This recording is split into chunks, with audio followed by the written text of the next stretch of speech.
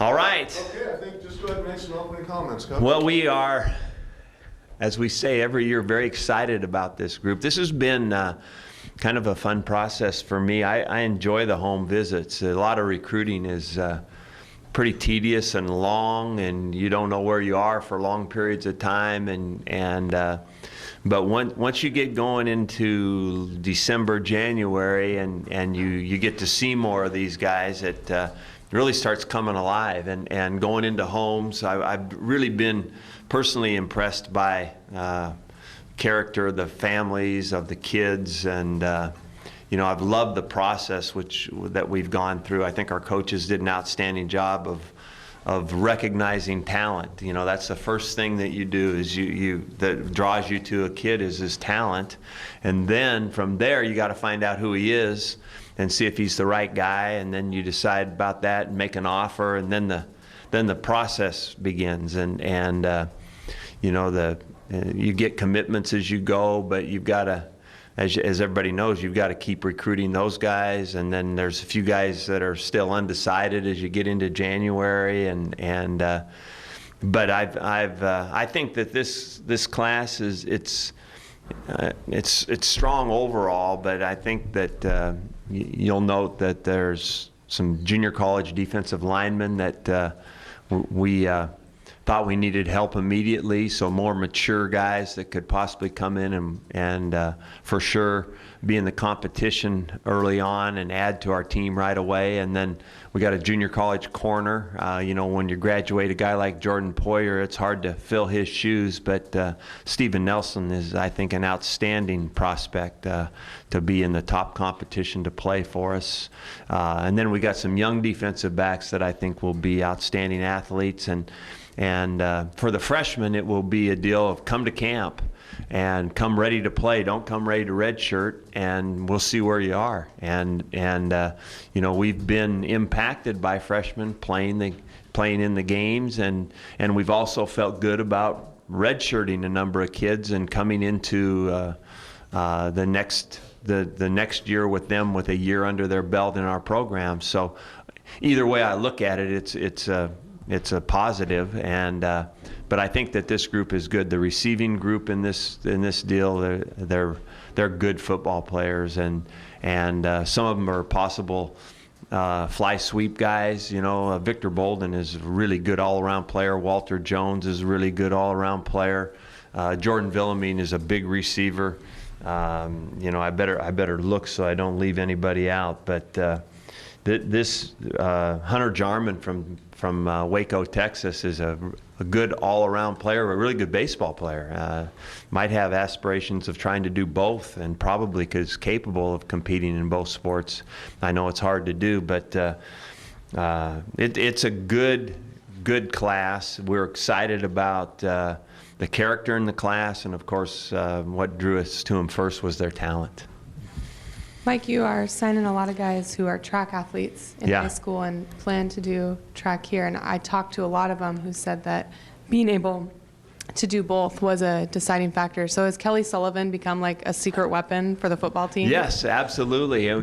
Kelly and I have, I've had fun watching Kelly, start up the track program and back at Oregon State, which I think was absolutely necessary to do. And then the fact that we've, basically furnished him some great athletes to compete, and even had a guy in the whatever you call it, the national tournament, compete in the high jump in Obum Gwacham. And then our sprinters have been good and exciting, and they really haven't missed a beat. I think it's actually good for them. They love the competition, and this might be as good a place as any if you want to get into a program that is restarting in track and be able to combine it with football. We've proven guys like Brandon Cooks, obviously, and Marcus Wheaton, they've done it. And they've done it at a high level in track. They've done it at a high level in football. And kids are interested in track. They like it. And so to see our track program starting up, to see us with a new track stadium, that's pretty exciting to them. And if they want to continue to try to do that and play football, then I'm all for it. And I love working with Kelly. What's the process when you're recruiting an athlete and he says, you know, I want to do track, or is it something you guys bring up maybe to give you an edge early in the process? Usually it's probably, you know, I'm not in on all those conversations as they go with our coaches, but it's probably a combination of the two. You know, we can point out that we have guys doing it currently, and if they're interested in doing it, if they bring it up, then you know, we can certainly talk to Kelly about their opportunity, and then he can do his part in that end of being a part of the competition there. So, you know, it probably just through the course of time comes up in one way or the other. In this day and age, a lot of high school coaches like their kids to be focused just on one thing year-round. As a college coach, why are you okay with guys going and doing track? Well, I disagree with those guys in high school that don't let guys compete in other sports. I think it's really good for them. I think that you know, football players that play basketball or wrestle or play baseball even, and especially probably track, I think it's good for them. You know, there's always carryover, and you know, whether it's speed or strength or agility. You know, if you're talking about basketball, we love to use basketball as an evaluator. You know, watch a guy play basketball, you can get a good idea of athletic ability and competition and playmaking, all those sorts of things. So, and I think it's a good overall developer for young men, and I don't think that they should be made to specialize as a young player, because who knows where they could go, and who knows really what it's doing for them in developing as an athlete. And you know, I think some of our best players have been multi-sport guys. You know, I can remember watching Sammy Strouder win the district 100 and 200, you know, when he was in high school, and thought that was awesome, you know, to see him compete and train to do that. You can't tell me that there's not great carryover in what they then take to the football field. Mentioning track athletes, is that just a kind of sign of the conference right now that you need to get these really athletic kind of people and maybe take them and develop them into better football players? Well, that's, you know, the track is a great sign of obviously one thing for sure with some guys, and that's speed, or it might be explosion, you know, if you're talking about different events like the long jump or the high jump, and so those are all characteristics that have a chance, if developed correctly, to play into the role of developing as a football player. And you know, so to be able to look at a guy that can run fast and jump high and handle his body well, those are important characteristics in our game. And you know, I think that it all has to transfer eventually into being a good football player. But you know, that we like speed. We like those guys. You know, at receiver, you know, the way this offense is that we play multiple personnel groups. We play sometimes 3 tight ends, and sometimes 2 tight ends. Sometimes we play a fullback. But to have, like this last year with Wheaton and Brandon Cooks always in the game and always a threat to run the fly sweep, to run a reverse, to run what we call an around, where we fake an inside play and they come deep and get the ball, looks like a reverse probably. You know, to be able to have a threat with one of those guys running the football rather than throwing it to them is important to us. So to have good speed, athletic ability on the outside when you're playing bigger, more physical guys inside, that's a real good combination for us. So, you know, when you're talking about guys like Hunter Jarman or Victor Bolden or Walter Jones, those are good fly sweep guys. They're good returners. You know, they're multi-talented guys that have played good football. Victor Bolden, no doubt in my mind, could move over and play corner. I watched him in a camp play corner and thought he was a prospect at corner. But you know, we'll probably play him at wide receiver. And Corey Lawrence is a guy that is a great returner, a great defensive player, a great offensive player. You'd love his highlight film, and he can do all that stuff. And we'll probably play him at corner.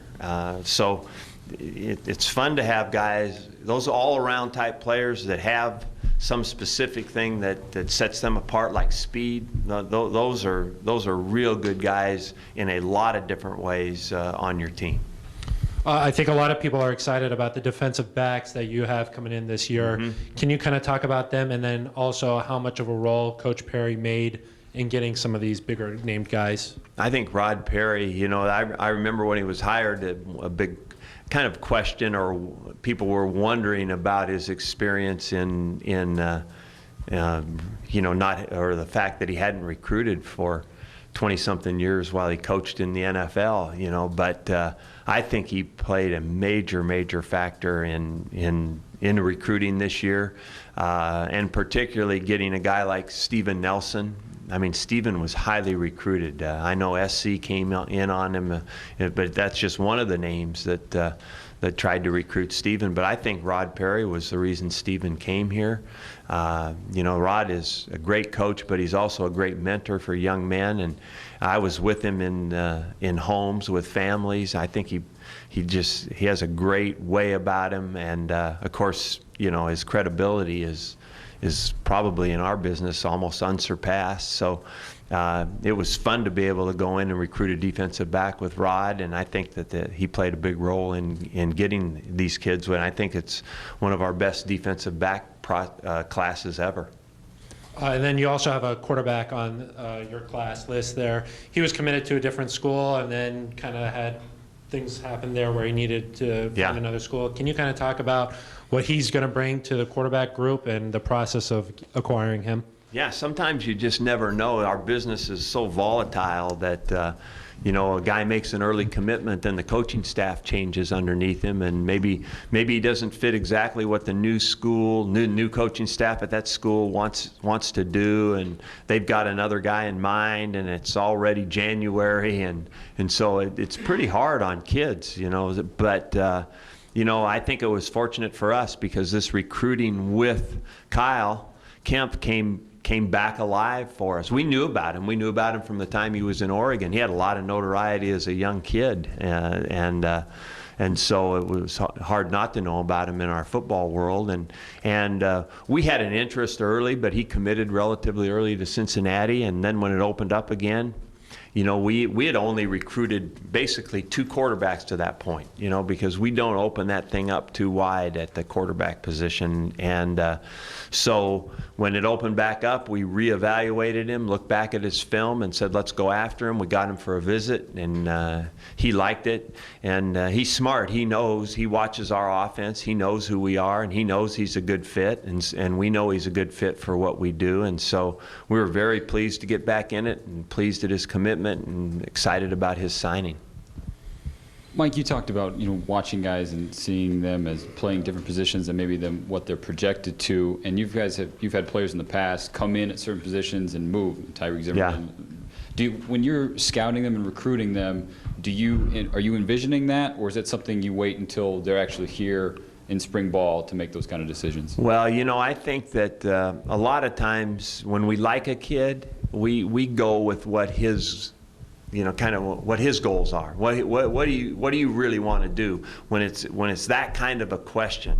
You know, if we're talking to, let's go back a few years and talk to Brandon Hughes. You know, Brandon Hughes wanted to be a receiver, and he was a good receiver in high school, had great speed, and you know, but I remember the guy that recommended him to us telling me, he was an old friend of my dad's, coached with my dad in Canada. He said, you know, if it doesn't work out receiver, he might be a good corner. So, you know, we try to keep an open mind about it, develop them, teach them, and then if there's a need on our team, or if it's just not working out in the depth right for him, then we might approach that kid and say, hey, what do you think about this? And of course, back to Brandon Hughes, he wanted me to give him more time to develop as a receiver because he loved playing that and saw himself at that, and then when he finally agreed to do it, he jumped in. He was all in. And ended up, he's still playing. He's playing in the NFL. So, you know, if we ever move a kid from what first was happening when he's come to Oregon State, because we don't really recruit them thinking they're going to be a two-way player. We don't really do that. It's pretty unusual, although, not totally unique. We try to give them their opportunity to do what they want to do, but we also try to have a vision for them, like we did with Brandon, that said, hey, you have the ability to do this. This is hard to find. You know, corners are hard to find. Corey Lawrence, his ability, hard to find, and corners are like gold. You know, if you can find a guy that can play corner, you know, it's hard to do. Corner and linemen are huge, you know, and they're not easily evaluated because many times your best corners are playing in a high school team as the tailback, as the wide receiver, and nowadays in spread offenses, maybe they're the quarterback. You know, our 2 corners last year were high school quarterbacks. So, you know, that you've got to kind of have an open mind and then project a little bit and then hope you're right.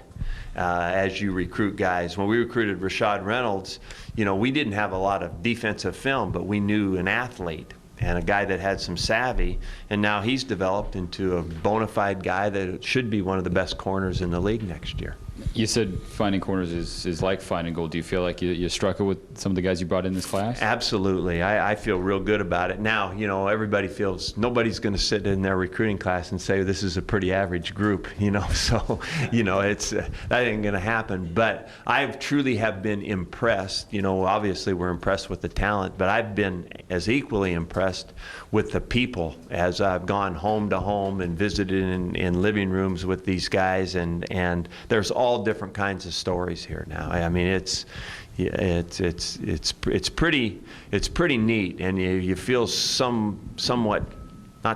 very privileged to, you know, to be associated with these people, and you realize more and more, probably for me each year, you know, the fact that these kids are somebody's baby, right? And so it's really it's a unique thing to be able to do, and you know, the good thing for me is I'm very, very confident of what we have to offer kids here at Oregon State, and so I'm always energized by going into a home and being able to talk about our program and what we have in store for young men. You know, this is about total development. This is not just about football. If it just becomes that, you might as well be in pro football already. This is about much more than that. It's a great time in their lives. So I love going in and talking to people about Oregon State. And you know what? In the end, the guys that see that about our program and feel the right fit, then those are the right guys, and those are the guys that are on this sheet of paper. So we're excited about the fact that they get why they are coming here. And you know, of course, it all started with watching them on film and knowing they have the talent. But when they get it and want to be a part of this program, that's a big deal. Like, recruiting is something that a lot of people don't understand what goes into it, how much goes into it, and what goes on behind the scenes. There's a local kid, Skylar Phillips, not here, not any Oregon players in this class. Can you maybe speak to whether it's his situations or situations similar to his as to why certain guys end up, you know, where they were originally committed and why not? Yeah, you know, I think that there's lots of stories. There's probably many, many unique stories as to commitments, decommitments, or sometimes when it's pulled back. You know, I think there's all sorts of stuff. First of all, about Oregon, you know, we always try to do an excellent job of recruiting our state, and I don't know if there's half a dozen guys or a little bit more than that signed in our state, and we recruited some of those guys, and some of those guys we didn't. You know, whether it was because of our numbers or position or the ranking where we had them, and we're going to go after this guy instead of this guy. You got to make those kinds of decisions. You only have so many man hours to recruit so many guys, and you know, and sometimes you have to decide this is not a good fit. You know, this is not going to work, and it's better to realize that early than it is late, and give them an opportunity to find the right place for them, and then go on and find the guy that is going to be the right fit for you. You know, and when we offer a scholarship, you know, we say you're the right fit. Now you have to decide if we're the right fit for you. And that is what they do, is they gather information, we gather information, and sometimes it works, sometimes it doesn't. And so what you want to come up with in the end, whether they're guys in Oregon or they're in California or they're in Samoa or in Hawaii or in Louisiana or Texas, you want guys knowing why they're coming, coming, what's expected of them, and you want that fit to feel good both ways. And so that's what the process is from the very, very beginning, is you want to end up with the right fit. And so do they. So does their family. You know, they all want, everybody wants that comfort level. Every time, almost every time when I talk to a kid, I say, why did you pick us? And you know what they say? It's the most simple thing in the world. They say, I felt comfortable there. You know, and I'm sure that they say that if they commit to Texas. I felt comfortable there, you know. But and then I start, well, what do they mean by that? You know, and that is too simple when you think about all the time recruiting, all the information, all the things that go on, all the tours, all the phone calls, and they say, well, I felt comfortable there. You know, it really comes down to one other word, which I think is the key element that gets guys on this sheet of paper, and that's trust. They absolutely trust people they're talking to. They trust the team that they met. They trusted the process. You know, and so when they feel that, it gets rid of all the distractions, all the other stuff, and that's where that fit comes in. And that's why they can say, because they have a trust for what's going on, that they felt comfortable. Mike, you got 4 junior college defensive linemen coming in here. I mean, how important is that to kind of already get guys that you got 4 of them coming in with experience help anchor the line? Well, when we recruit a junior college player, you know, I suppose, you know, I probably shouldn't do this, but you could liken it to an NFL team signing a free agent. I mean, when they sign that free agent, they're doing it for a specific reason. And frankly, this thing it's very important that it works. Because these guys that come in as junior college players, they only have 2 years. And so they've got to make a lot of headway in 2 years, and it's got to be a good fit. Otherwise, everybody's disappointed. We're disappointed. He's disappointed. It's not a good fit. Whereas a young guy can redshirt, have time to develop, grow, and find his niche some way along the way. But these guys don't have that much time. So when we recruit a junior college player, you know, we do our very best to hit it right on the head and feel good about their opportunity right away. And we know what our situation was, losing some defensive linemen this year, some interior guys in particular, and what we want to do. We want to have a rotation where we can play 8, 10 guys in a ball game and just keep them rolling fresh and playing fast. That's been, when we're doing that, we've been at our best defensively like we were this last year. And so in order to do that, we have to have good depth. We have to guys have physically matured a little bit, and that's where these guys come into play as junior college defensive linemen. They're more mature, obviously, a couple years into it. They've played against higher competition and should be able to compete right away. One year we recruited 5 junior college guys, and they all impact, back in the Joey LaRock, Dorian Smith, Gerard Lee, Clinton Polk, and there was one other guy that was a good player in that group, the corner, Coy Francis. They all played, and a few of them are still playing. You know, I mean, we hit it right on the head with the talent in that group, and they came in, impacted our team right away, and that's what we hope these 5 junior college players do, right? We hope that they impact our team right away and elevate the competition, get in the rotation, or win a starting job, and that's kind of what we expect. Do you ever look, when you go through this process, I mean, do you ever look back 4 years later and kind of look at the position list where guys change and just, you know, what happened with this guy or that guy? Do you expect to see a lot of that with this class? Well, you know, we hope they're all good stories. You know, when you offer a guy a scholarship, you're talking about, you know, let's look at the business end of this thing now. I mean, you know, when you offer a guy a scholarship, you're probably talking about $250,000 over a course of time. So, you know, you don't just hand these out and hope the guy's good. You know, you're putting a lot of stake into this thing. It's a big deal, and so, you know, you want them all to pay off, right? So you're looking forward to that work and development, and you don't always hit on it. You know, some guys, you know, don't have the work ethic to develop. Some guys aren't the right fit. Sometimes you miss, but for the most part, you know, you feel good about everyone coming in. You expect them all to be players, right? You would not recruit one of of these guys if you didn't think they were going to be starters. You know, we expect them all to be able to be starters one day and stars and good players. So, you know, that's going in. And then the reality sets in and you have a bunch of competition. And frankly, for the most part, most of them work out into some form of player that's good, some of them better than others, some of them not as good as you thought they'd be, but for the most part, you know, you know, we do a good job of retaining our team in general, and we've had tons of great stories watching them develop as it goes. So for the most part, we see good stories here. As far as the rating systems go, you know, they got rivals.com and all that stuff. It seems like, you know, you guys may not be ranked as high for them, but you seem to always come out ahead and get these great players. I mean, what do you think you guys speaks to you and your staff? You guys just finding the right guys?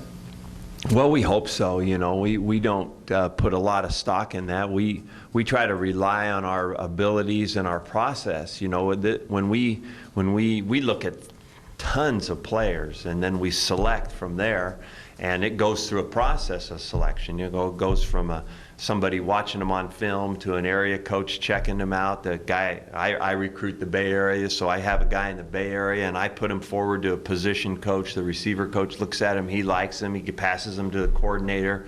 Coordinator likes him, the coordinator passes him to me. Hey, you got to see this guy. We all take a look at it, we evaluate it, we all sign up on it. You know, if we're going to offer a scholarship and then we want to be all in, everybody's got to it's got to kind of pass through to the point of everybody says this guy's a player. So he's gone through a lot of eyes, you know, so to speak, as we do this thing, and you know, then I think when you do that, you feel good about it, you know, and you don't really care what somebody else might see, you know, and you know, some guys that are ranked real high, we may not see as quite the same player. But, you know, we don't really look at that to find out where we might fit. We have to, you know, we're also willing to uncover some more rocks, you know, and see what else might be out there. You know, I think that it's really all about evaluation and how you feel about him fitting into your program and your system. You already talked about no guys from Oregon, but there wasn't even guys from Washington, just nothing from the Northwest. Is that kind of strange for you? And then you also spread out across the country. Was that planned, or was that just because of necessity there was nothing West Coast-wise that you had to go? Well, like I said, we tried for a few guys here in Oregon, and you know, we recruited some hard and wanted them, and they elected someplace else, which is part of the deal. And so, you know, I don't feel too bad about that, because I know what we put into it, and we were able to, you know, cover our bases elsewhere this time around. You know, I think we've always maintained a large number of players from our state, which I really have enjoyed doing, but it doesn't always work out like that, and we can find them someplace else one year, and we'll find more maybe in Oregon next year, because we always intend to really study our state and go after it first, and really our whole staff has a part in doing that as we go forward. So I feel good about the effort we put in and what we have, and if it didn't work out this year, then like I said, maybe it'll work out next year. And then what you have also now, which has changed a lot in the last decade, is that you have more access to more film across the country easier than you've ever had it. You know, what used to be a matter of getting tapes from all over the country now has gone all the way to having everything available to you, just about anybody on the internet. You can see more and more players, more and more places, and then we've got a few connections. You know, we obviously have a connection in Oklahoma, we obviously have a connection in Texas, we're getting a little bit closer to having that kind of connection in Louisiana, and we've had great success from there. I mean, we've got, one year we signed 3 players from New Orleans, so we can go back in that history and say, look at this, and you know, if it works out, we've got back, and we got a couple more guys from Hawaii this year, which I thought was good to get back there and get a couple guys again. So, you know, it really has come about now where this world is getting smaller, the information is getting more, and we have more and more knowledge, and if we find the right guy that's the right fit, we'll go after him, wherever he might be. A minute ago you said trust was a big thing. So 2 parts to this. Getting the kids to trust to come up here without a mall, without all those things, Yeah. some of some of these other places have? How do you Yeah. do that? And then is part of the trust with the high school coaches that this staff is Yeah. able to- Oh gosh, I've been so proud of the fact I'm the last one to get to a high school, right? You know, because usually our coaches have all been in and met the coaches and been to the kids' house, and I can only go one time. So by the time I get there, our guys have been in and they know the coaches pretty well. And I've been so impressed with the fact that these high school coaches love our staff. You know, that feels good to me, and I know that they would, but just to hear that from the coaches and the work that our guys do and how they handle themselves and the class that they have, that's a big factor to me, whether we get a kid or not.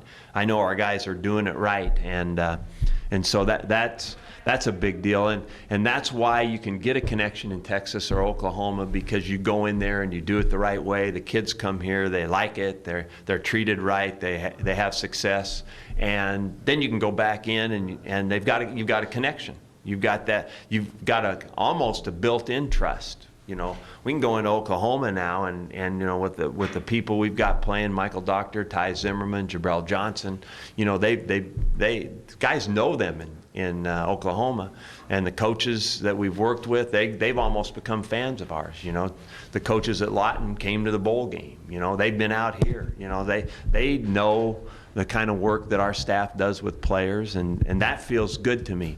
And that's a beauty of having been someplace for a while, because you can establish that as a program, you know, and they always will know who Oregon State's going to be, and that part of it feels real good. And it's always that, you know, in the end, you're right, the high school coaches have to feel that, the families have to feel it, and of course the player does.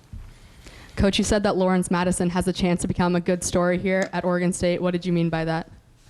Well, you know, I think that, you know, like I said earlier, these guys come from all different backgrounds, and I think his story is not what you would even come close to calling normal, you know, and what we maybe have grown up with is what we would determine as normal. But he already has overcome a lot of that and had a lot of success. And when you go into Smithson Valley High School and you talk to any of Lawrence's teachers, or we talk to the principal, and of course we talked a long time to the coach, this is like everybody's son.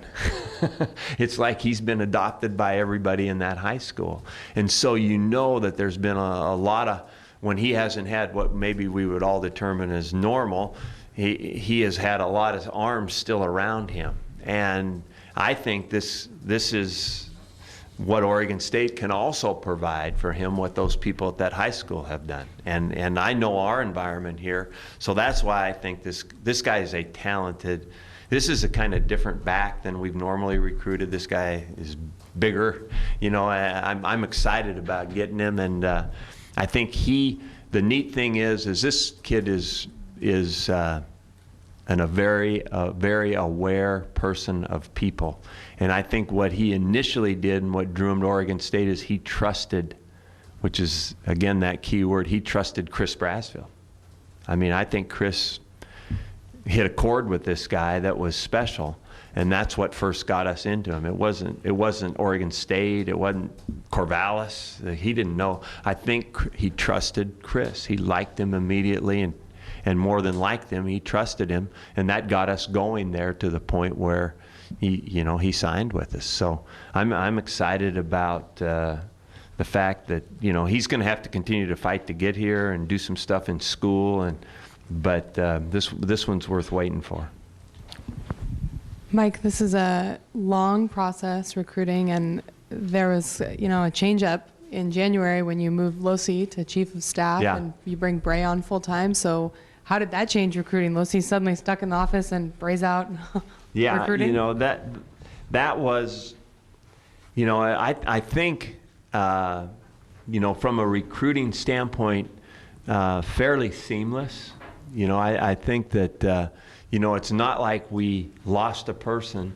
We just gained him in an area that we didn't have before. So I mentioned to Mike earlier today when I was, you know, when we were doing the live stream that this is a position actually I've been working on for a couple years with our administration and got it okayed this year, and fortunately held off on it until I could look at what took place within our staff this year.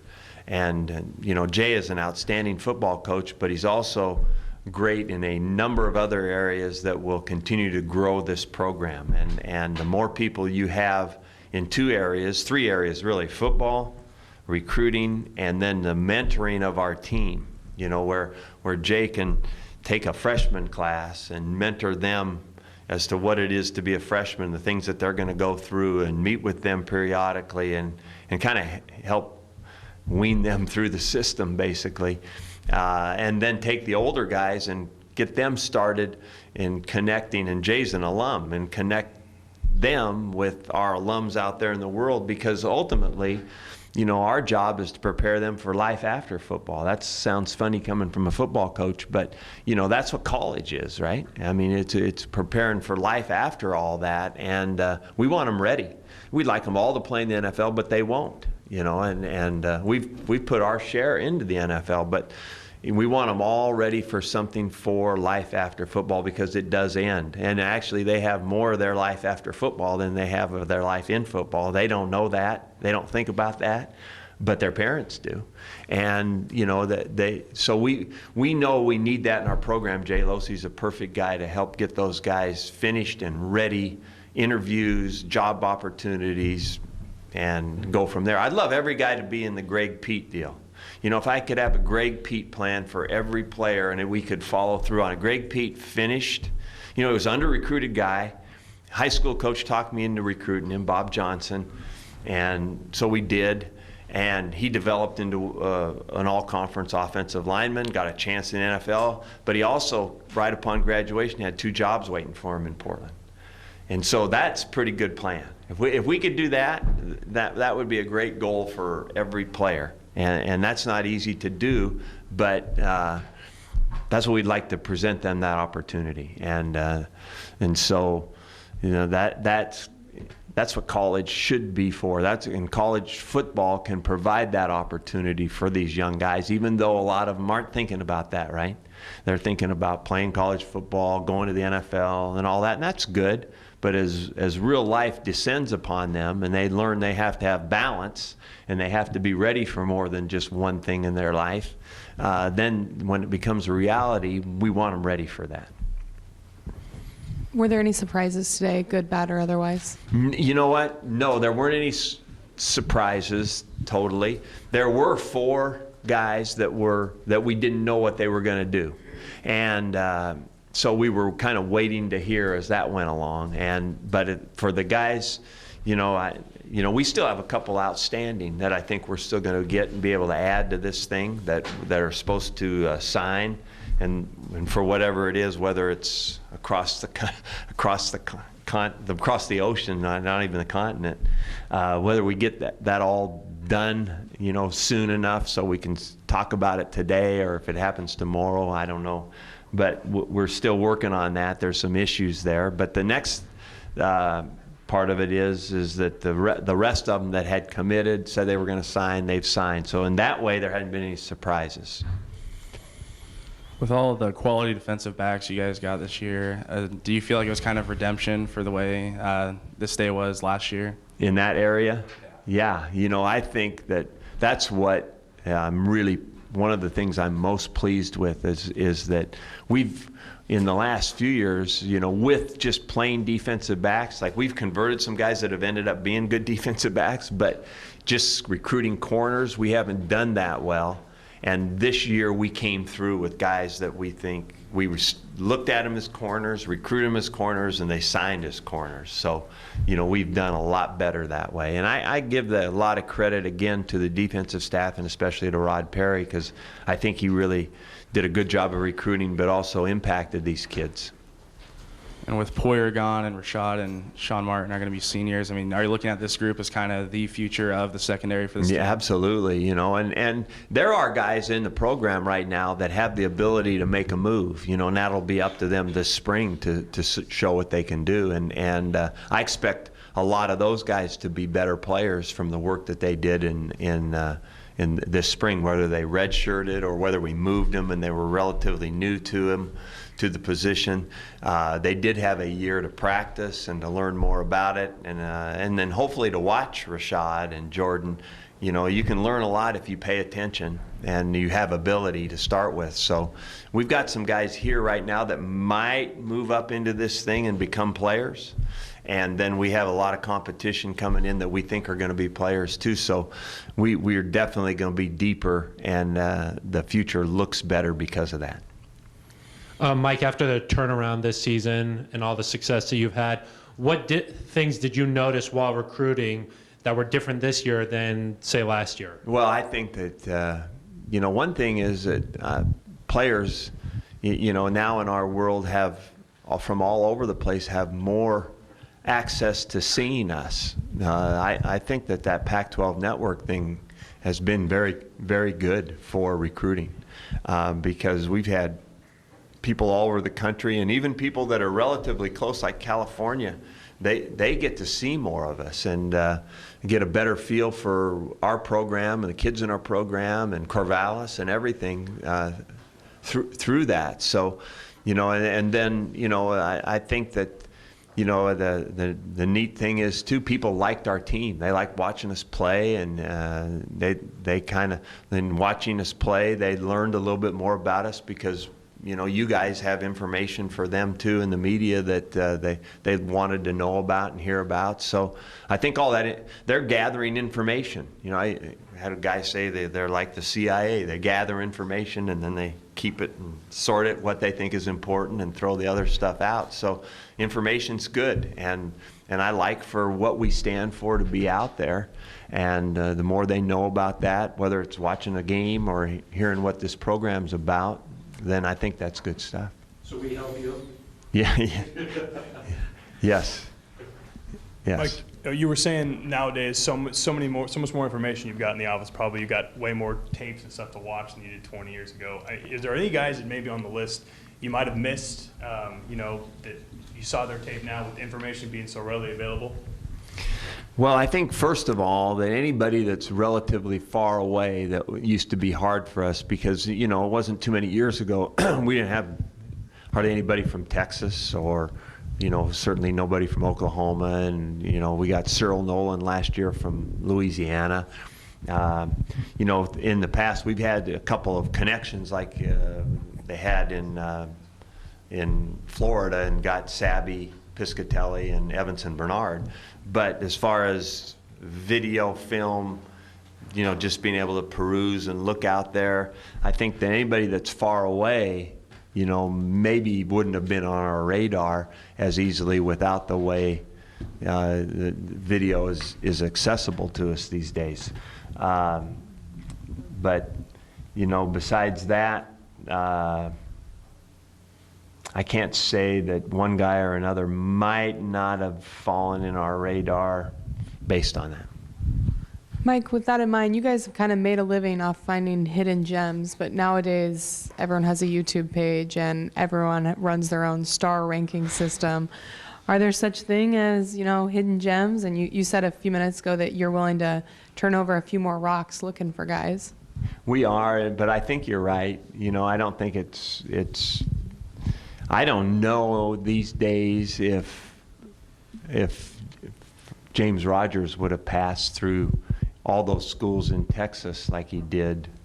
You know, wouldn't somebody recruit him today with the access they have to be able to watch him? I don't know about that, but you know, the fact that you know, Damian Haskins or Hunter Jarman or Lawrence Madison gets out of Texas, you know, that maybe those guys were under-recruited in that state. I think only the future will tell, you know, in that deal. And so, like I said, we don't rely too much on what people say going in. Our guys spot them, and then, you know, if they really like them, they stand up for them and try to pass it through the system and feel good about it. I can remember Chris, you know, was really, really excited about Damian Haskins' ability. And then we were too. It was easy to see on film, and then Chris became more excited when he actually was able to talk to him, and then talk to people about him down there. And you know, this is a pretty neat story there too. You know, it's a small rural town, New Boston, Texas, 4,000 people, and this kid took his first SAT when he was in the 7th grade. The mom had such foresight, single mom, that is just, you know, he's actually got a younger sister, Damien does, a junior, that has accelerated her schooling so fast that she's going to graduate with Damien and then get into nursing right away. So, you know, you run into some great stories like that, and I think Damien was frankly under the radar in Texas, and I know that there were some people that all of a sudden at the end when he announced his commitment to us that took note and tried to recruit him, and to his credit, he stayed loyal to his commitment to us.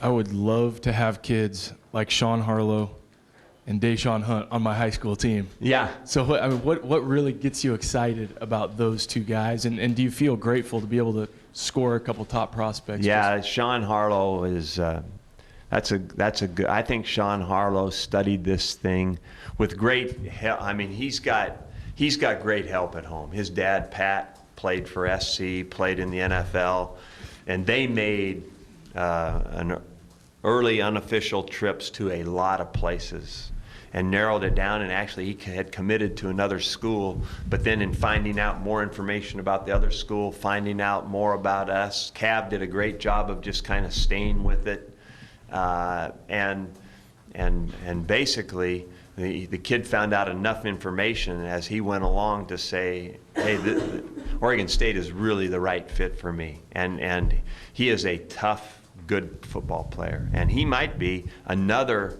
freshman lineman. We've only had a couple that have impacted playing right away as freshmen, like Isaac did or like Michael Phillip did a few years ago. This might be another freshman that could enter into it. I mean, he's a really good player, and physically he's developed enough to, I think, be able to compete. So that's a good deal. And Deshaun Hunt is he's just a football player. You know, he's got a great savvy about the game. He's got instincts. He's got ability, and he's a mature young man, fun to talk to. He gets it, and again, I think that Rod did a great job with him because he was highly recruited. A lot of competition.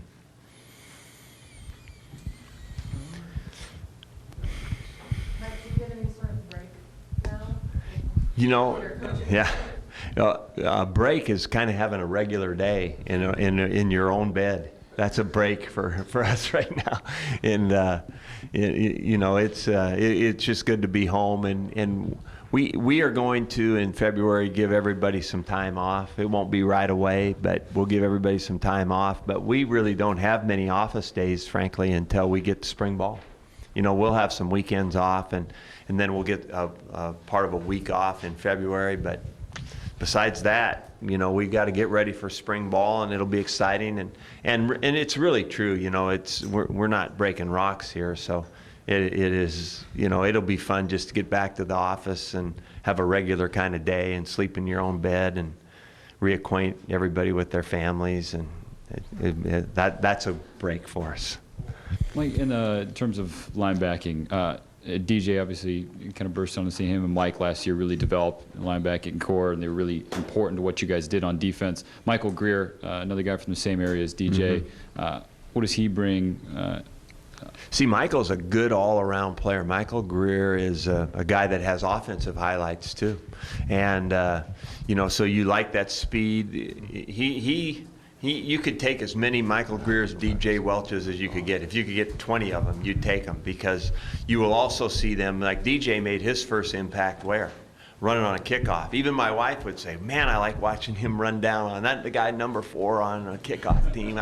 He's fun to watch. Even D could say, wow, that guy's a good player, you know, and so as many of those, and the other thing about him, as many of those guys as you can get, the better, because, you know, we're playing, half of the teams we play are spread offenses. And so you're talking, instead of having to substitute DJ, he can go out there and play in space and run people down, where, you know, maybe an old school inside linebacker, he's got to come out. After first down, he's out of the game because you need speed in there. You're going to be spread out. You need guys that can make plays in space, and that's Terrence Solomon, Michael Greer, Daryl Sanji. That's where these guys fit in, and so to get those guys and add that athleticism to this group will be good for the Beavers. It'll be good on defense. It'll be good on the punt team. It'll be good on the kickoff team.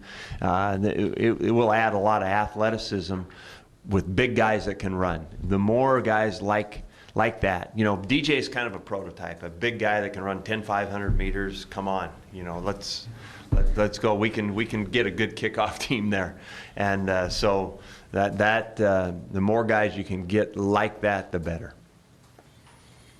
Okay, Coach, I think we're done. Thank you. Thank you very much.